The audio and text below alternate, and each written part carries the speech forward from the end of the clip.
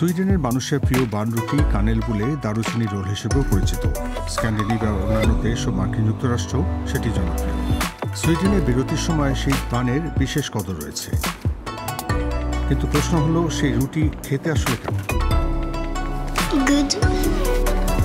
মচমচে রসালো মিষ্টি, দারুচিনির স্বাদ তো আছেই। কিভাবে নিখুঁত সুইডিশ দারুচিনির রোল বেক করা হয় আজ আমি সেটা দেখাবো।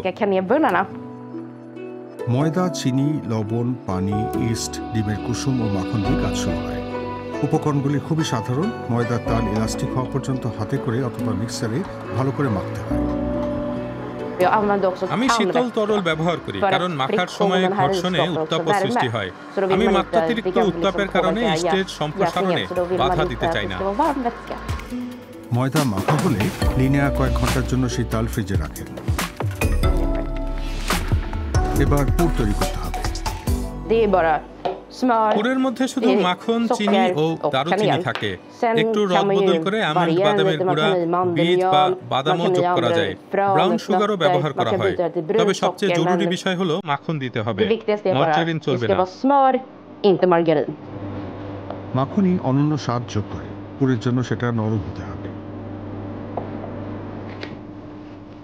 এরপর লিনিয়া ঠান্ডা করা ময়দার তাল ময়দা ছড়ানো জায়গার উপর বেলে নেন।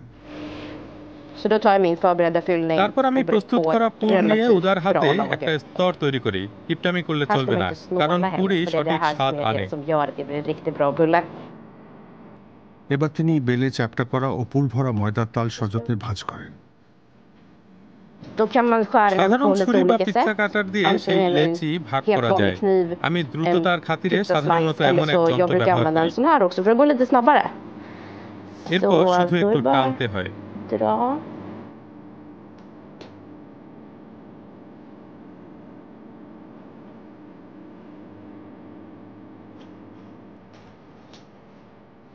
এবার লিনিয়া কাটা লেচি পাকিয়ে চিরায়ত রোল সৃষ্টি করেন।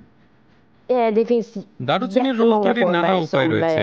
চিরায়ত আকারের পাশাপাশি এমন ভাবেও করা যায়। এখানে একটা গিট দিয়ে তারপর আরেকটি গিট দেওয়া যায়। এখানে একটা গিট রয়েছে।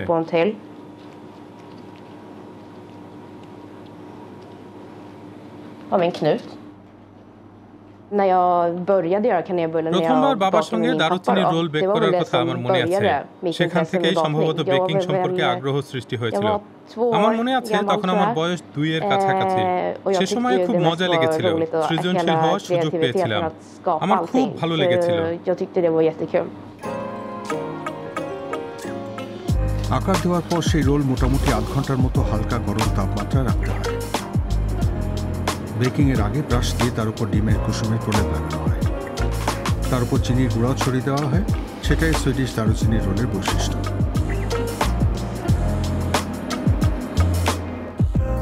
সুইডেনের মানুষ তাদের কানেলবুলার এতটাই ভালোবাসেন যে তার জন্য 4 অক্টোবর বিশেষ দিবসও পালন করা হয়।